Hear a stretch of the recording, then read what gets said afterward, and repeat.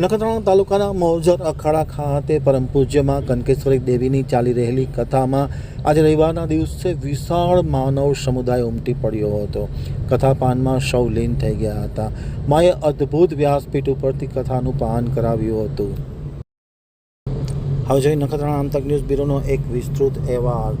નખત્રાણા તાલુકાના મોરજર ખાતે આવેલ પુંજલ દાદાના અખાડામાં ચાલી રહેલી રામકથામાં આજે 8મો દિવસ અને રવિવાર હોય ત્યારે અને પરસોત્તમ માસ હોય તો મોટી સંખ્યામાં શ્રદ્ધાળુઓની ભીડ જામી હતી અને કથા શ્રવણ માટે ઉમટી પડ્યા હતા. વ્યાસપીઠ ઉપર પરમ પૂજ્યમાં કનકેશ્વરી દેવી બિરાજમાન થઈ પોતાની સંગીતમય શૈલીમાં કથાનું પાન કરાવી રહ્યા હતા. ખાસ કરીને અલગ અલગ વિષયો ઉપર મા કનકેશ્વરી દેવીએ ખૂબ જ ચિંતન કરીને મનનીય વ્યાખ્યાન આપ્યું હતું અને કથા પાનમાં સૌ કોઈ લોકો ભાવ વિભોર બની ગયા હતા. કથાના પ્રસંગે પરમ પૂજ્ય મહંત પીર સિદ્ધયોગી સમુદ્રનાથજી બાપુ હરિયાણા, કોઠારી ત્રિલોકનાથજી બાપુ જુનાગઢ, મહંત યોગી સુખનાથજી બાપુ કંથકોટ, મહંત દેવનાથ બાપુ એકલધામ, મહંત રાહુલનાથજી બાપુ મનપરા, મહંત હંસગીરી બાપુ પિયોણા મહાદેવ, મહંત શ્લોકનાથજી બાપુ ખાનાઈ જાગીર, પીર ચેતન દાદા વડવા ભોપાના ભુવાજી વકાભાઈ, મહંત દિલીપ રાજા દાદા, મહંત ભરત દાદા, મહંત કલ્યાણદાસજી બાપુ